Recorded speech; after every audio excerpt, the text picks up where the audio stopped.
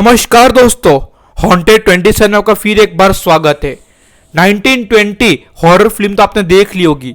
वो कैस्टल में घटी हुई एक और डरावनी कहानी सामने आई है। जब वो शूटिंग हो रही थी उसके ठीक 3 महीने बाद जो वो कैस्टल में घटी थी वो कहानी आपके सामने ले आया हूं। आपने ये कहानी कहीं यूट्यूब चैनल पे सुनी भी नहीं होगी। ये यूट्यूब पे पहली कहानी होने वाली है। एल्टन कैस्टल में घटी हुई पीटर फैमिली के साथ जो घटना घटी थी ये और किसी ने सुना ही नहीं है अभी अब तक। बहुत ही रेयर लोगों को पता है। वैसे एक हॉरर, वियर्ड और एक भूतिया कहानी आपके सामने ले आया हूं। पहली बार आए हो मेरी इस हॉन्टेड 27 चैनल पे तो जाके सब्सक्राइब और लाइक कर देना।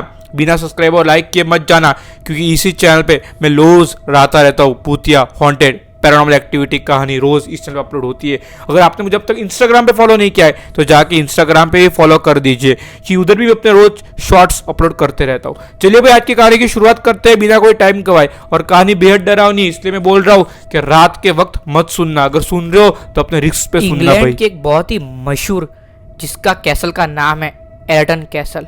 वहां पे जाने से लोग यूं कतराते हैं क्योंकि वो कैसल को पूरी तरह से हॉन्टेड घोषित कर दिया गया है। बहुत ही पैरानॉर्मल एक्टिविटी होती है वहां पे।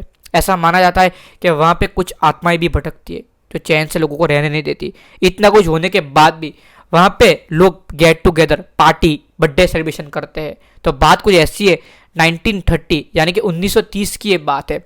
पीटर फैमिली, जो कि इंग्लैंड में रहने वाली बहुत बड़ी फैमिली थी, बहुत पैसे वाली एक फैमिली थी, उन लोग ये डिसाइड करते हैं कि हमारे छोटे बेटे यानी कि माइकल की बर्थडे भी हम लोग वहीं करेंगे, एल्टन कैसल में। माइकल का बड़ा भाई भी था जिसका नाम था डेविड। डेविड ये बोलता है नहीं नहीं, मैं नहीं आऊँगा वो कैसल में, कुछ भी हो जाए। लेकिन लाख मना करने के बाद मिस्टर पीटर वो कैसल को बुक कर देते हैं 5 दिन के लिए, और उन लोग वहाँ जाने के लिए निकल जाते हैं 5 दिन के लिए। पहुँचते पहुँचते कुछ शाम हो गई थी। खाना तैयार था कैसल में बना हुआ, क्योंकि कुक लोग पहले से आ चुके थे। खाना वाना खाने के बाद मिस्टर पीटर और मिसिस पीटर दोनों ही अपने कमरे में सोने चले गए थे, और डेविड भी अपने कमरे में चला गया था, यानी कि माइकल का बड़ा भाई। माइकल अपने कमरे में जा ही रहा था कि माइकल की नज़र गिरती है सामने स्टेयरकेस पे एक छोटा बच्चा जो कि बैठ के हंस रहा था, लगातार माइकल को देखे जा रहा था। माइकल बहुत खुश हुआ कि यार कितना मस्त छोटा बेबी है, किसका बेबी होगा। माइकल की उम्र ये कोई 14-15 साल रही होगी, इसलिए उसको बच्चों के साथ खेलने का बहुत ही मज़ा आता था। वो सोचता है कि इस बच्चे के पास जाता है, उसके साथ खेलता हो थोड़ी देर। वो जैसे ही माइकल वो बच्चे के पास जाता है, वो बच्चा दौड़ के डेविड के कमरे में भाग जाता है। डेविड माइकल का बड़ा भाई। और माइकल सोचता है चल मैं भी डेविड के कमरे में जाता हूँ और बच्चे के साथ खेलता हूँ।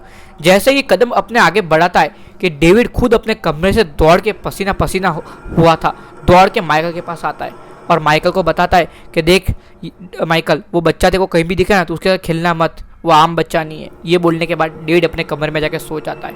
माइकल थोड़ा सा कंफ्यूज हो जाता है कि डेविड ने मेरे को बच्चे के साथ खेलने को मना क्यों किया। सारी बात उसके दिमाग में चल रही थी। फिर वो जाके बढ़िया से पलंग पे जाके सो जाता है।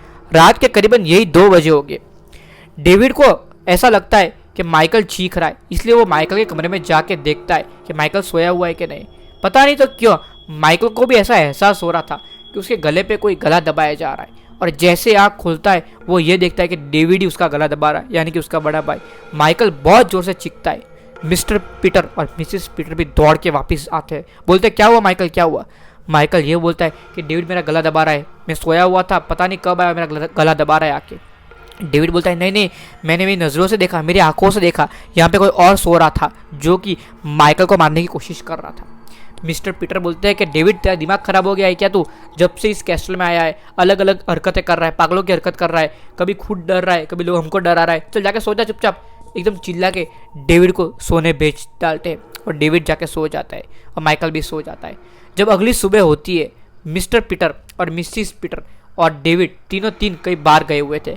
माइकल की बर्थडे की सेलिब्रेशन करनी थी, उसका सामान लेने सब लोग बाहर गए हुए थे। पूरे कैसल में सिर्फ अभी माइकल ही अकेला था। माइकल पूरा कैसल एकदम आराम से घूम रहा था, एकदम फ्री होके घूम रहा था। जितने में उसको एक आवाज़ आती है जैसे ऊपर कोई दौड़ के गया है, कोई छोटा बच्चा, मतलब कि 3री मंजिल। वो स्टेयरकेस की मदद से माइकल 3री मंजिल पे जाता है और देखता है कि वही छोटा बच्चा 3rd फ्लोर पे खेल रहा है, और उसकी नज़र माइकल की वो छोटे बच्चे पे गिरती है। बहुत प्यारा बच्चा है, आज तो इसके साथ खेलूंगा ही खेलूंगा, भले मुझे डेविड ने मना किया हो, मैं तो इसके साथ खेलूंगा ही। डेविड जैसे माइकल जैसे उसके पास जाता है, ये देखता है कि उसके पीछे कोई लंबा चौड़ा आदमी हाथ में कुल्हाड़ी लेके अपने बहुत जोर कदम से चल रहा है।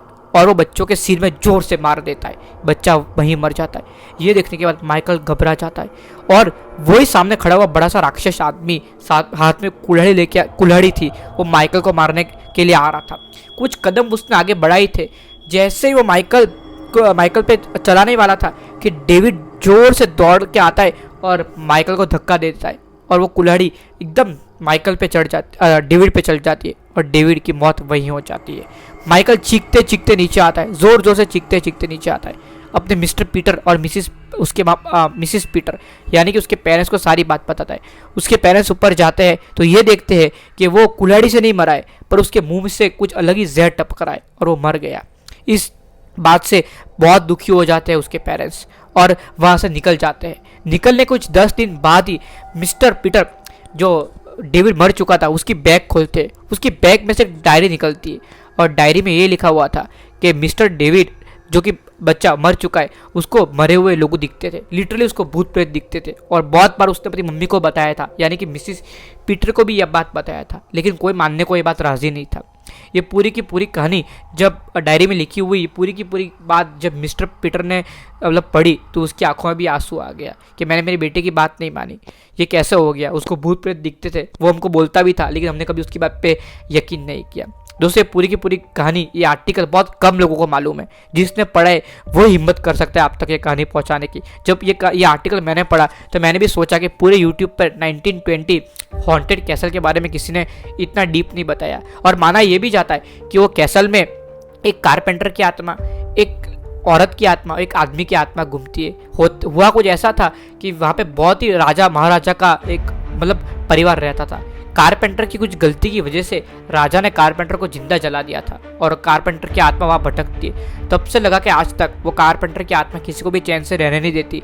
जो भी वो कैसल में आता है कुल्हाड़ी लेके उसको मार ही देता है। पूरी की पूरी घटना अगर आपको अच्छी लगी हो तो लाइक और सब्सक्राइब भी कर देना। चलिए मिलते हैं कल और एक हॉन्टेड और हॉरर भरी कहानी आपके सामने ले आऊँगा। और शेयर भी कर देना, शेयर करना ना भूलना, लाइक भी कर देना।